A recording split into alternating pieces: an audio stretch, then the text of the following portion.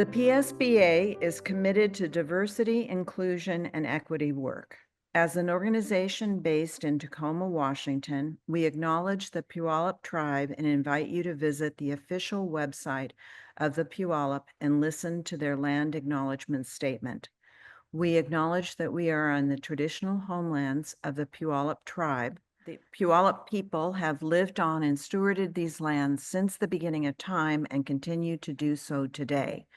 We recognize that this land acknowledgement is one small step towards true allyship, and we commit to uplifting the voices, experiences, and histories of the Indigenous people of this land and beyond.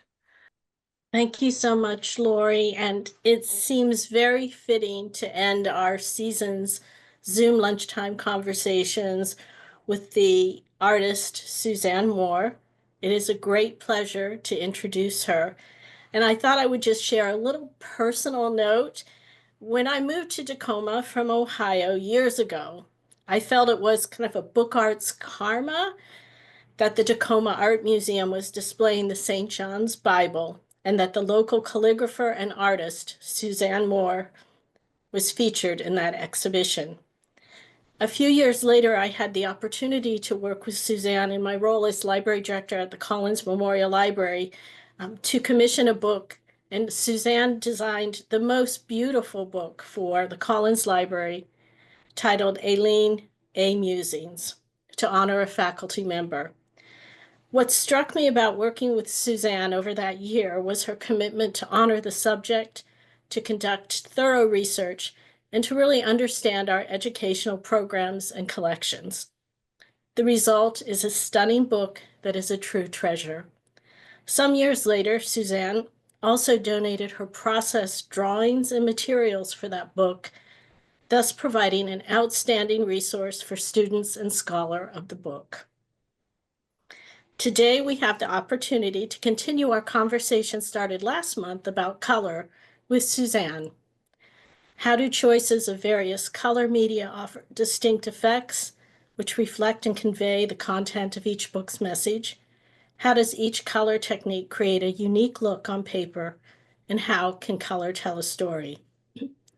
Suzanne will explore these issues as she shares examples of past and current work and discusses how her own work with a variety of color applications has played out in her book work. In her own words, Suzanne weaves words and imagery with form and content and rich color to engage and inspire the viewer. In an interview with Right on the Edge blog, Suzanne talks about her work, and I love this quote: "Since books allow, or actually require, an intimacy with the reader, I want to present timeless ideas and concepts with unexpected contemporary imagery, using lettering to transmit the verbal content and create imagery." Now, on a personal level, Suzanne's lifetime of unique and diverse experiences, I believe, have surely contributed to her creativity and translated to her art. Described as a skydiver, car hop, architectural renovator, art director, and throughout her life, avid soil and garden builder, Suzanne's experimentation with all manner of color media on paper is at the core of her work as a book artist. Please join me in welcoming Suzanne Moore. Wow. What a great introduction. Thank you so much for that, Jane. Thank you all for coming, and those of you who will watch the recording later. It's fantastic that PSBA does this series of lunchtime talks and makes them available on YouTube. So thank you. The subject of color is part of everyone's world and a particular focus for use by artists. So it is the key to our lives from the minute we open our eyes in the morning to when we drift off to slumber. And in dreams, many people who dream in vivid color. So I'll talk about various color sources and how I choose media and techniques to serve the concept of each book. why and how each has a role in image making, and how acrylics, oil-based inks, pastels, and gouache each have a distinct look when they're applied to the surface of paper. My thought here is that many people have asked how I get pages to look a certain way. And it comes from often layering color with a single media, or layering different media, which each have a different effect on the paper. So I grew up in a family of makers, and we had every tool we needed to build and make and invent things in our home, and that was encouraged. Quite often, dinner time conversations were about what we were doing, what we were interested in, and my father would have us draw pictures instead of trying to describe, draw it out for me. And my surroundings in my home were a lot of natural materials. So hardwood floors and really beautiful moldings in a 1907 house that my father renovated. And though there were things like driftwood and kind of quirky things that my friends didn't really have in their house, but quite often a very natural color palette. A few years ago, my college roommate, who is my friend on Vashon Island that introduced me to the Northwest, gave me this article called "The Girl with the Kaleidoscope Eyes," and it talks about the cone. The unique cone structure of some people who see as much as 100 times as many colors as other people. And she's convinced that I'm one of those people. There we go. Color in the landscape comes in some ways the same as it does in other color experiences, but we all know that light shining on plants and through leaves of plants, and the kind of particular glow that flowers have is pretty extraordinary. This was a shot of our landscape on Vashon. I love texture, and a big part of my work, interestingly enough, is white on white, usually done with embossing or painting layers of white, different shades of white. This is an embossing, and then it's reversed digitally so that it looks positive one way and negative the other way. So the subtlety of just shadow on white and shades of white into a soft tan are, there we go, are interesting to me, as is the clarity of very minimal color, classic black and white and red. And for those of you who've seen my work in person or online, you know that gold is an important thing. And that's a connection to traditional bookmaking with the idea that if you are presenting something to illuminate your reader, the concept of light flashing on the pages gives that experience of some kind of other magic happening. I think of gold as kind of pure magic.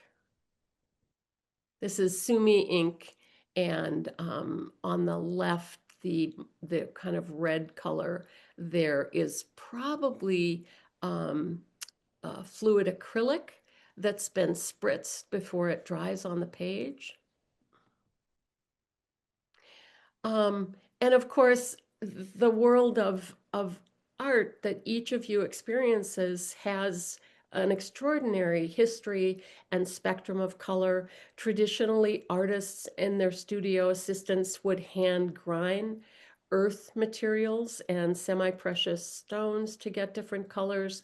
On the right is a 2004 Aboriginal Australian painting from the extraordinary show that was at SAM, and it's called Bush Hill Dreaming. And the tradition of Aboriginal people, the piece behind me, the big piece behind me, is also from the Australian outback, from Uluru. And the original pigments were all from the ochres that Heidi Gustafson spoke about last month. On the left, you see a really, really lovely painting by a painter I just came across, Hitesh Durjani, and you can see that the clarity and the softness and the layering of those pigments is extraordinary. This is an oil painting, and the Bush Hill Dreaming used to be ochre, but this one in 2004, I couldn't find the reference for it, but I believe that it's acrylic. Vasily Kandinsky, his use of color and his writing about color in the book On the Spiritual in Art talks about the power and symbolism and kind of effect on the soul of color, color's effect on the soul. And in this more figurative of his paintings, you can see the dance of the most brilliant areas, the red roof, the shining light behind the ridges of the trees that are very dark in front of it, and the mastery that he has on with color. And he'll come up later. In my own life, textiles are an extraordinary set of companions. Our house is quite often really minimally colored, you know, wood and white walls, and then on the floor and walls and furniture, different kinds of textiles. And I wanted to show these because of the difference between dye and pigment. So textiles are colored unless there's painting directly on them with a pigmented material, are dyed and therefore more vulnerable to light. And the hand of the maker in handmade textiles is one of the things that really intrigues me. So on the left is an ikat, piece of a detail of an ikat kimono where the dyeing is done in a particular design before the garment is woven.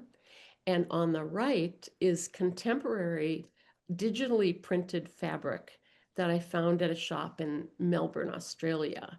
And you can see that the dye and the way that it saturates the fibers can vary so dramatically. So it's never about the aesthetic, it's more about the technique.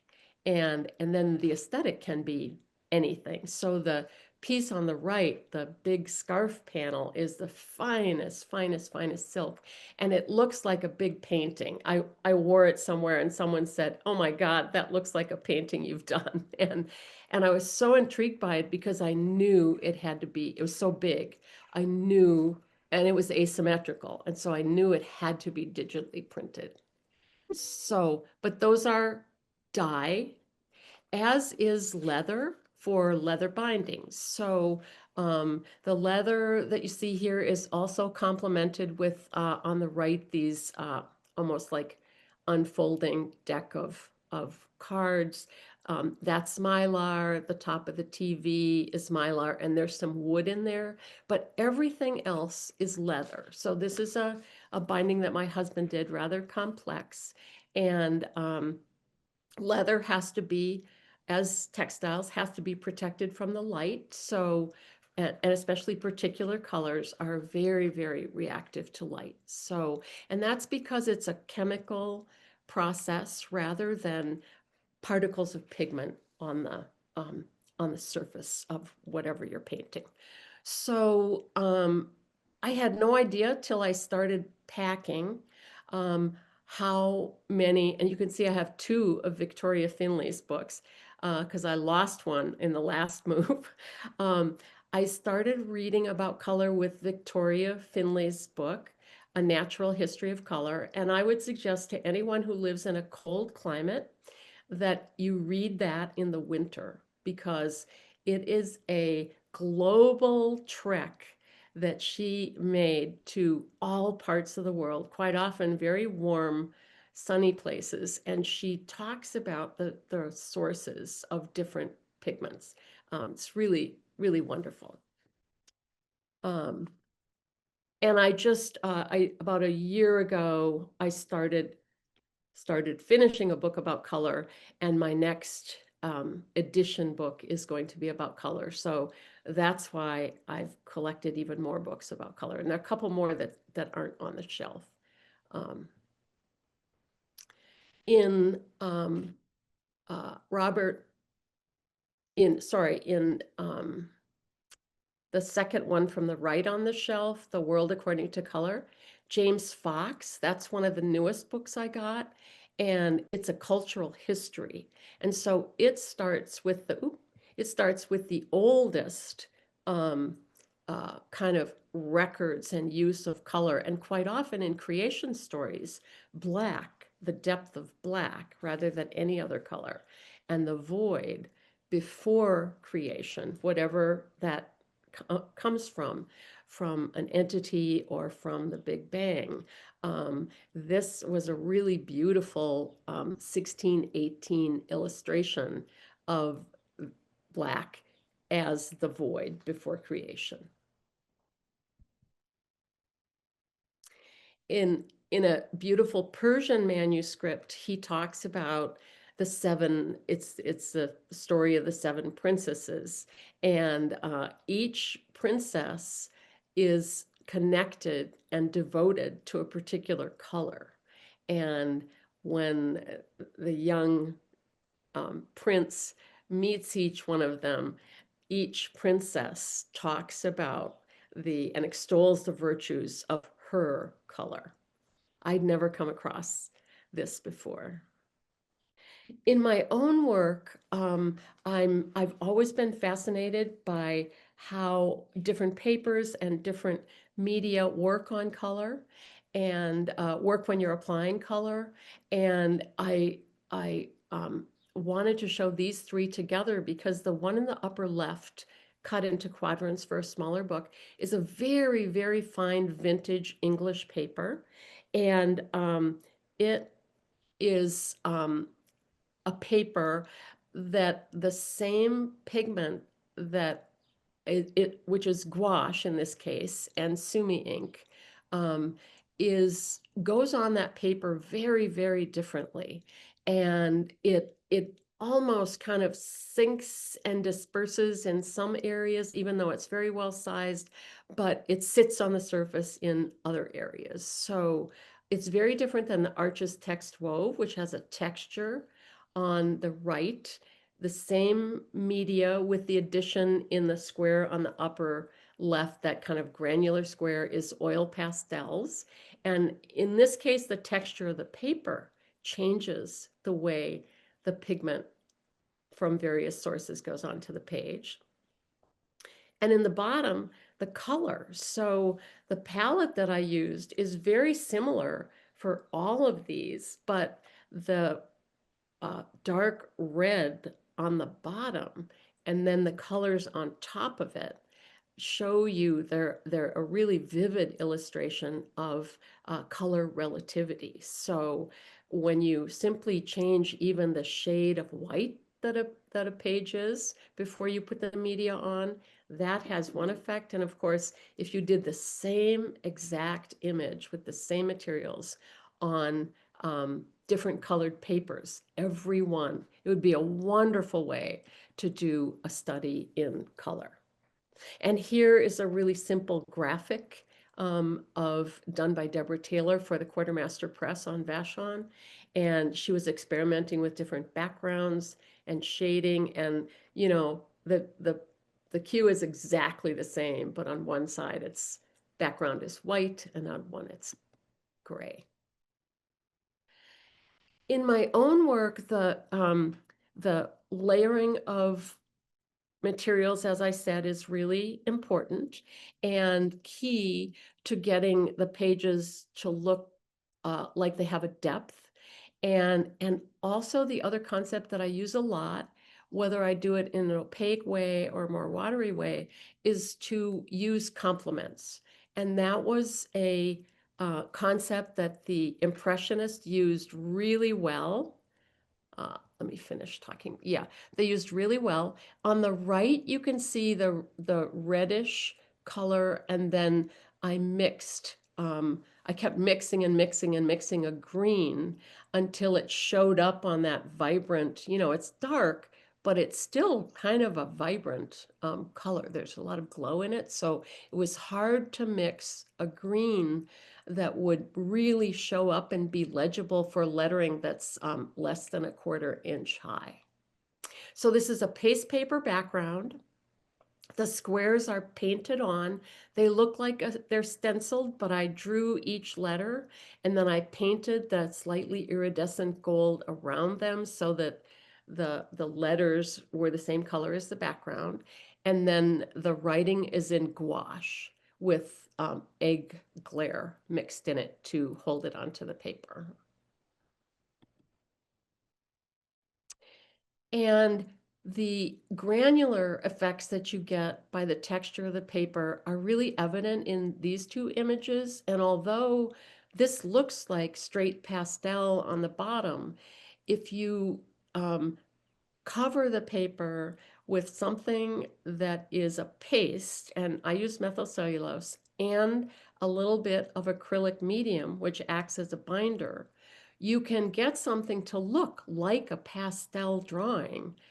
This is just stripes, but you could do something much more complex by coating your paper first with that combination. I mix up methylcellulose and acrylic medium. So it's kind of like paste paper, but without any color in it.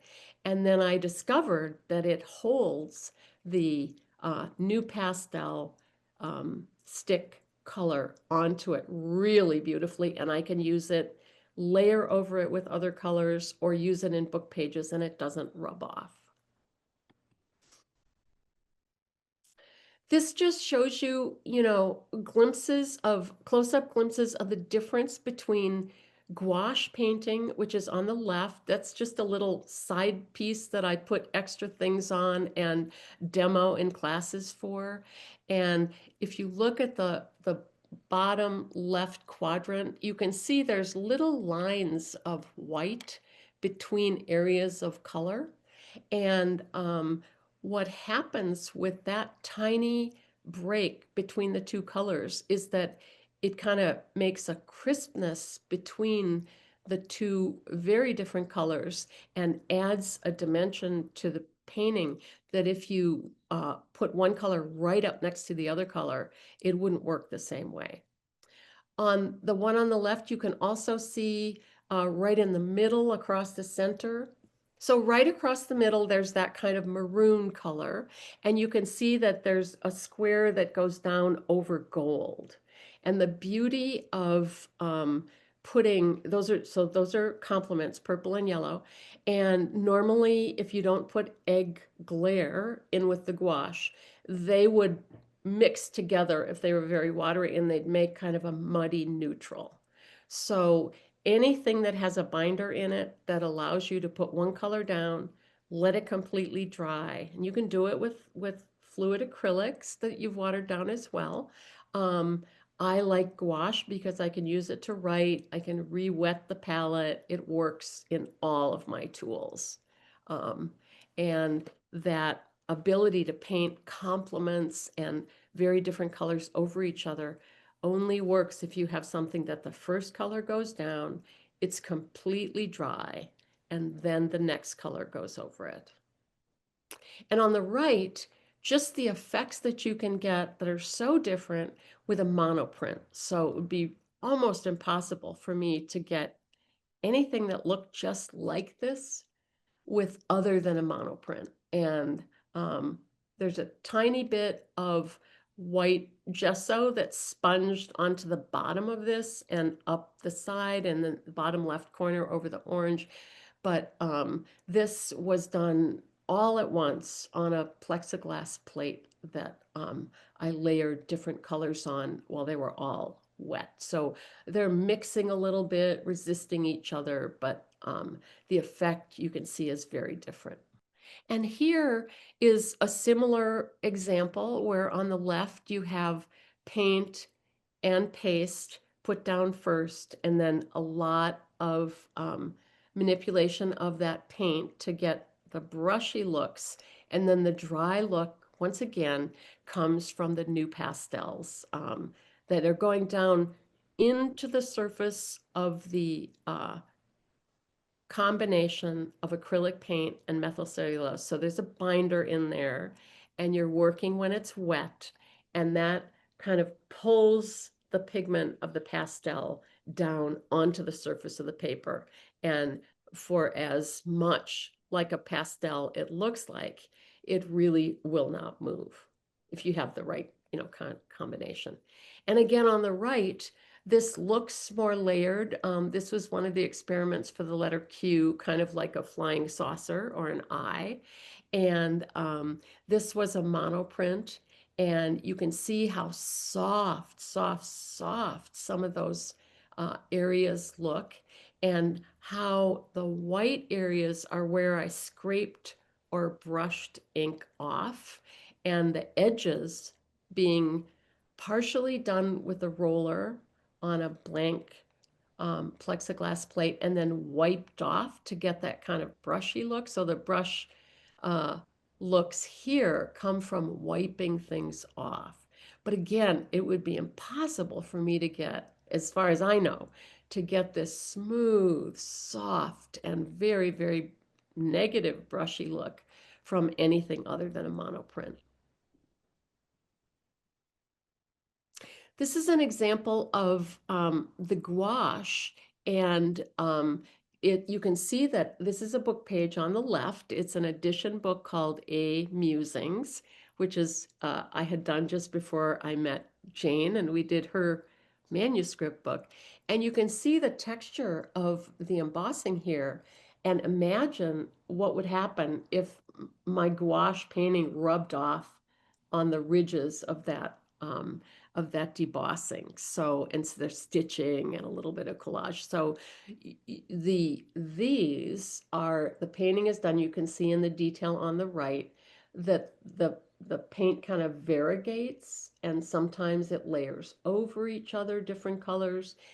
In the case of this, I want to make sure to find a spray, a surface spray also. I really want my gouache to have enough glare in it, which is the egg, you make it from egg whites.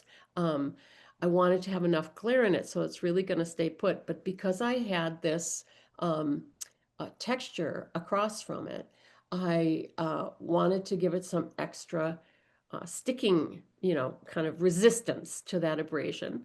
So I spray these, and there's a certain spray that has Krylon used to make a beautiful satin spray called Crystal Clear, which they don't make exactly that now. So we're kind of experimenting with other things to add an extra layer of protection.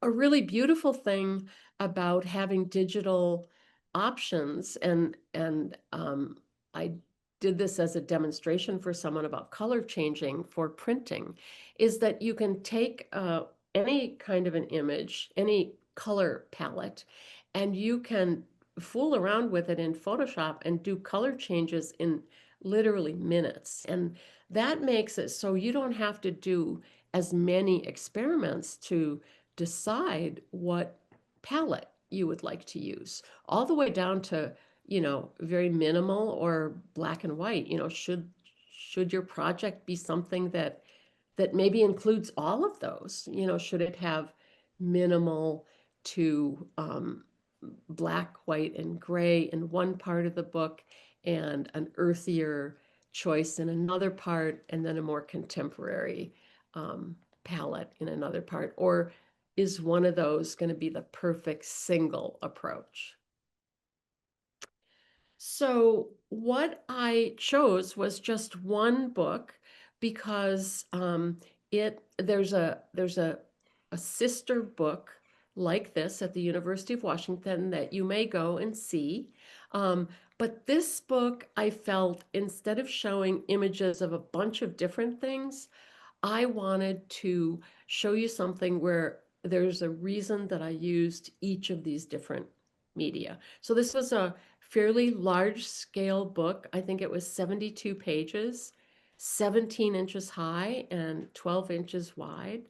And as with every book, I have to play around and solve the technical and palette and all of the experiments that tell me if the effect of the image that I'm trying to put on the page really supports and makes the message sing.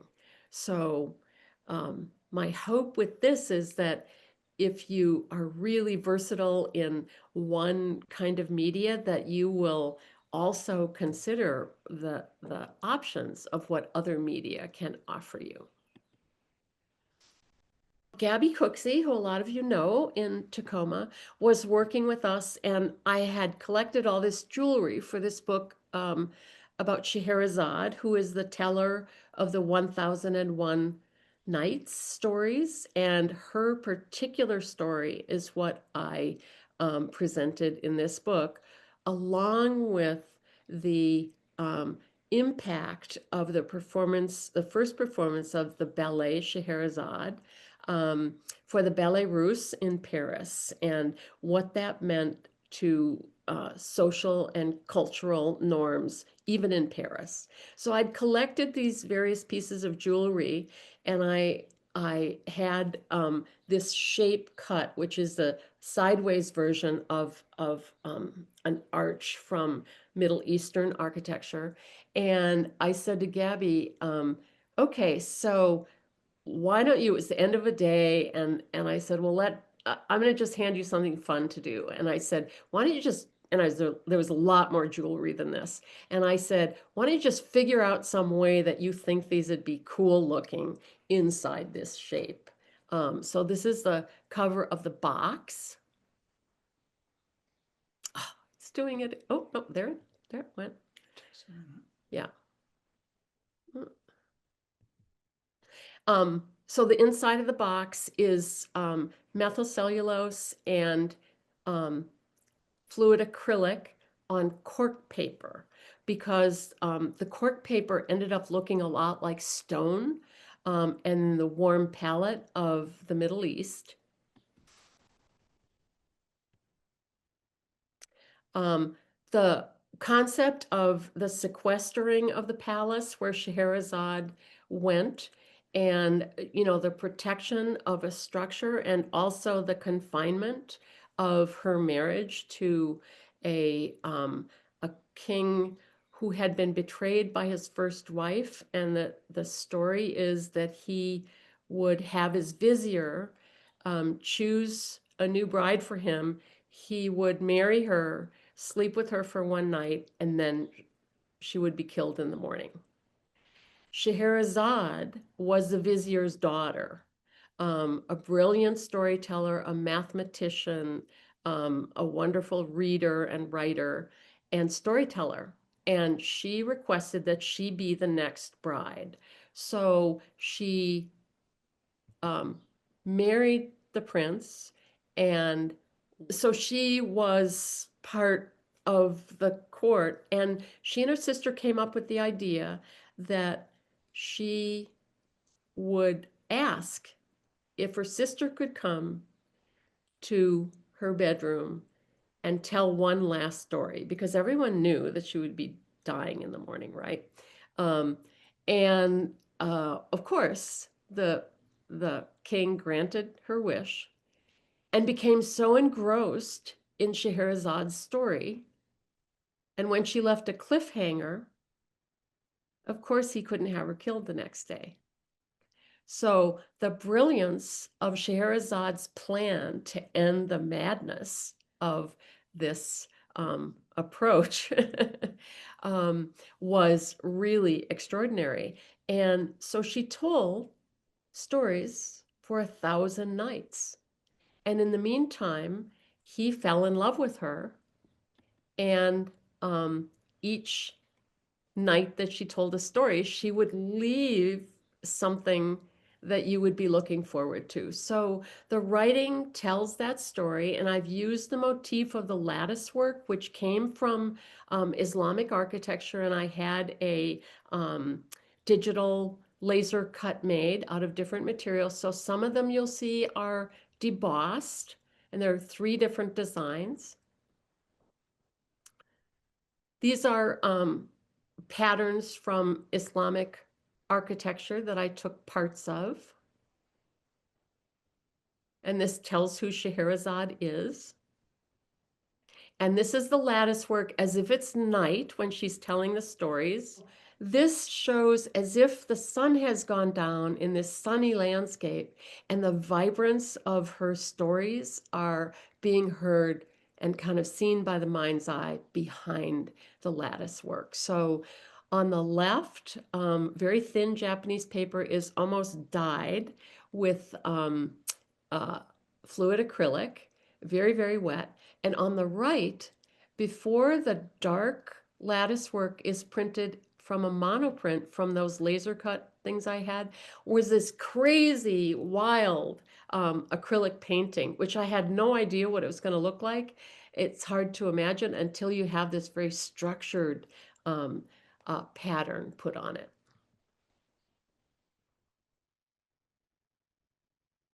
You can see how those pages turn and how the story unfolds.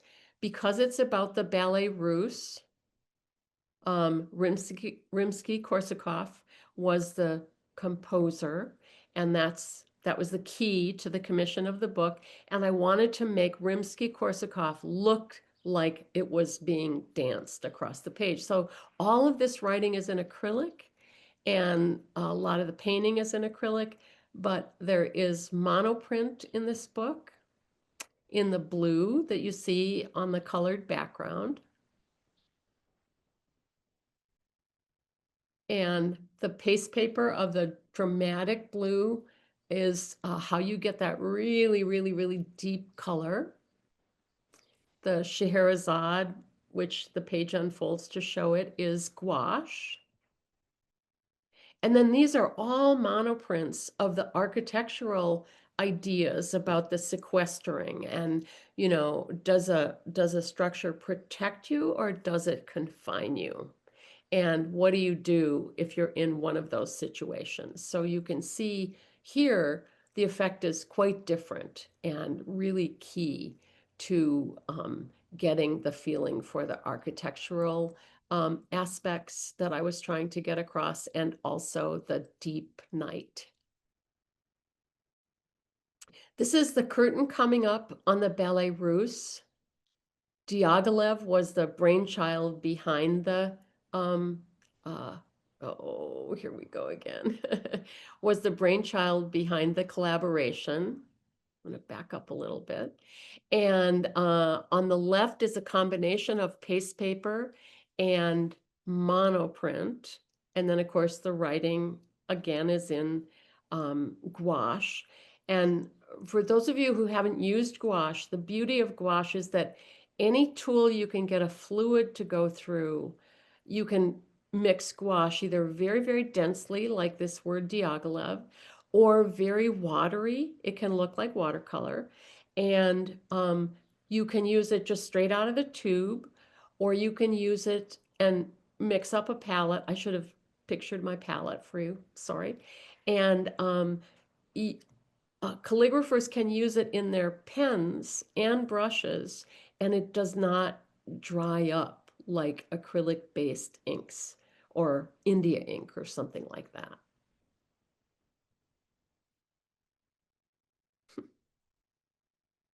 So Bede was the female ballerina, and a key in the book. Oh, man, um, these little architectural, these little architectural details um, are gilded paper. And so you have this lattice work debossing behind it.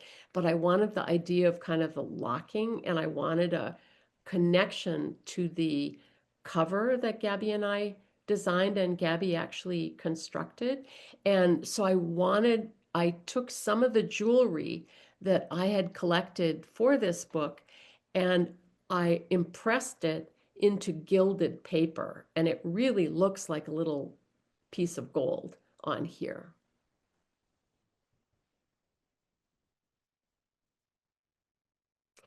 And Kandinsky, on the spiritual and art, wrote, "Color is the keyboard, the eyes are the hammers, the soul is the piano, and the artist is the hand which plays. Touching now," oh, that must be a typo, "one key or another to cause vibrations in the soul." Happy painting, happy enjoying color as a viewer, and thank you so much. Stunning presentation. You know, your work is just so elegant and sophisticated. And what I so appreciated is you sharing the process for you to go through in terms of selecting the type of medium and the paper. It's, you know, sometimes when we look at an artist book, we just don't realize the years that it takes to create something so beautiful. And that's just really stunning. Thank you so much. You have a friend that uses one type of paper, you know, for a lifetime because he doesn't want to fool around with figuring out what different papers are going to do. He uses one paper and he's done it for 50 years. You know? That would make packing simpler too. I know that there's probably quite a few questions, but can you kind of work through when you begin to formulate your idea? Because I've seen your process drawings and I've seen the work. How does that process begin in terms of trying to find or identify the right medium for your presentation of the idea? Yeah, because I just adore experimenting with things, you know. A collector friend of mine is a CEO of a biotech company, and he said there are two kinds of people in my life: biologists who study things and come up with solutions, and chemists who put things together and see what happens. He said, "You are definitely in the chemist category." And that's it. You know, something will happen that's wrong in a process for a book, but I'll know that there's something there, and so I'll put it somewhere, hopefully where I can find it, you know, or I'll remember it. And then because I was trained as a printmaker and then didn't have access to a press until I moved to Vashon 30 years later, um, and then had access to a press. I painted my books for all that time until I moved to Vashon. And then because I had never done a lot of monoprinting, I just dove in with friends on Vashon helping and advising, and a wonderful collaborative press space. And I could add the monoprint. And usually I say it takes 80% of the time to figure everything out, to plan it and do the technical experiments, and 20% of the time to actually make the book. Um, and that 80% is based on experiences usually that I've had with something else. So yeah. Hi, Suzanne. I was just wondering, I'd never heard, well, I've heard about using egg with temp, like the old, painting on plaster and so on, but I hadn't heard about it using on paper. So would you talk a little bit more about the egg Claire and when you use it? Every day. Really? My You use it palette, a lot, huh? yeah, my palettes are packed up, so I can't show you what that looks like, but I have a palette that has 30 colors in it, and I usually have 4 of those going at the same time, so 120 colors, and they all have egg glare in them because I want to be able to write and paint with the same palette. And I teach a class on using egg glare because it can be useful to so many different kinds of artists that especially work on paper. And it's basically beating an egg white, and it's a traditional illumination technique. So which my roots are in that as well. Um, and usually they would use the with warm colors, they would pierce the egg yolk and mix that with their color. I didn't like that because it was too sticky. So I use only the white. I beat it so stiff that you can turn the container upside down. And then instead of chilling it or doing anything, I leave it on the counter. And if I beat it in a glass measuring cup, you let it sit and what I call the tears separate out. So the liquid that happens if just let the egg whites sit are the glare. And you use for about 5/8 of an inch little squirt of all the warm colors, you use 10 drops in your palette. So gouache, a little bit of water. For red, orange, yellow, you use 10 drops and then mix it, and then you mix it. If I'm painting, I use it very, very thick. I put less water in it. If I'm writing, I want to make it like milk, not like half and half, really Wow. Okay. milk, so it flows. Yeah. Wow. Okay. It sounds like something you really have to practice with, right? If it's somebody like me who's never used it, yeah. Yeah, it maybe sounds a little fussier and it takes a little a bit of getting used to, but the beauty of it is, I've packed up those palettes and I've had one of those palettes since the last work I did on the St. John's Bible, which was 2013. And I've added paint to it, but I don't have to throw anything away. And the value of pigments is something that we shouldn't underestimate because they come from the earth and they're rare quite often. And the other thing is you don't want to be putting it into the water system. You don't want to put it in a septic system or, in a public water system. You want to conserve it as much as you can. So I don't even put my dirty gouache water down the sink or paste water down the sink. I filter it. But and so the beauty is you can add water to it. Like if my palette was dry, if I'd been away or hadn't used it for a while, I would put a lot of water in it, especially in the desert. Put a lot of water in it tonight before I went to bed. And then in the morning, I have these really crummy little, coarse kids' plastic brushes. And you just mix it up, soak it a little more, and mix it up. And you can keep putting it back into solution for a decade or more. Wow. Fascinating. It's like a Thank you. paint box, but it has a lot more sticking power when you add the glare, and you have to be more patient with melting it down. Hmm. Yeah. We need Fascinating. a cookbook from you. Sally, you had a question. Are you able to unmute yourself? Would you like to ask that? I think we have just enough time for a question. Sure. Way back there, you showed a page that was Diaghilev on one side, and what you said was a monoprint on paper. Monoprint. I'm just curious. There's such there was a striking to me relationship between the mountain, the monoprint, and its background. Which came first, the monoprint or the base paper? Probably I was just curious about the order. Usually I I wish I knew which image it was, Sally. Usually I don't combine a paste paper technique with monoprint. Um, Oh, I thought that's what you said. Okay. Yeah. Well, No, I think I was trying to show on the left side of the page a paste paper or a gouache painting, and on the right side. So ah, and if you look at this again, I tried to describe briefly what you were looking at. So okay.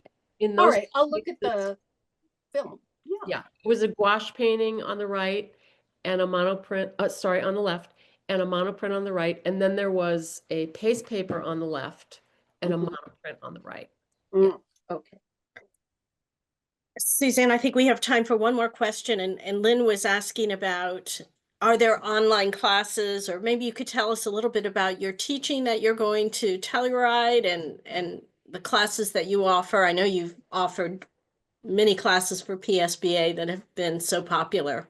And I did some online teaching during the pandemic, and I was really skeptical about that. And the things that my students did, uh, in some ways, I've never seen anybody do that in a weekend workshop because it was over longer periods of time. So we bought a piece of land in Kitsap County, and my dream was to build the Word and Image Studio, but with all the financial chaos and the tariffs, we decided we couldn't do that. And I was really disappointed because I was looking forward to that. And then one night, at 4 a.m., I thought, oh my God, I could do the Word and Image Studio online. So that's what I'm going to do. And I'm going to do some of these things on YouTube because the painting world has unbelievable resources free on YouTube. And I love it because, sometimes I'll be in the studio and I'll think, people should know how to do this. This is so simple. I should just make a little video and put it somewhere. And because I've been watching all these painting videos on YouTube, I thought, well, I'll start there and then I'll build an online class situation, which won't just be me, but it will be other people. So not yet, but watch for But that's fabulous. I can tell you probably everybody's going to sign up. And I know we're close to 1 o'clock. So I just had a few notes here that just kind of other random thoughts just inspired that you also utilize technology, with the laser print or cutter, and then looking at the colors that you can experiment with in Photoshop. I love that you said you were from a family of makers and that your father always said, draw it out. I love that. And I think you definitely are the girl with the kaleidoscope eyes. I just want to thank you so much for sharing your expertise, your elegance, your sophistication, and your beautiful artistry with all of us today. Thank you. It's a Thanks. great way to end our spring series, and also to say that Suzanne is continuing to help with the Zoom conversations. And on August 27th, we'll be welcoming back Ali Alvers, who is our Winnetou color specialist, who will be sharing with us many historical materials and artifacts from her collections and continuing the conversation in color. So thank you, Suzanne. Thank you Brilliant. all.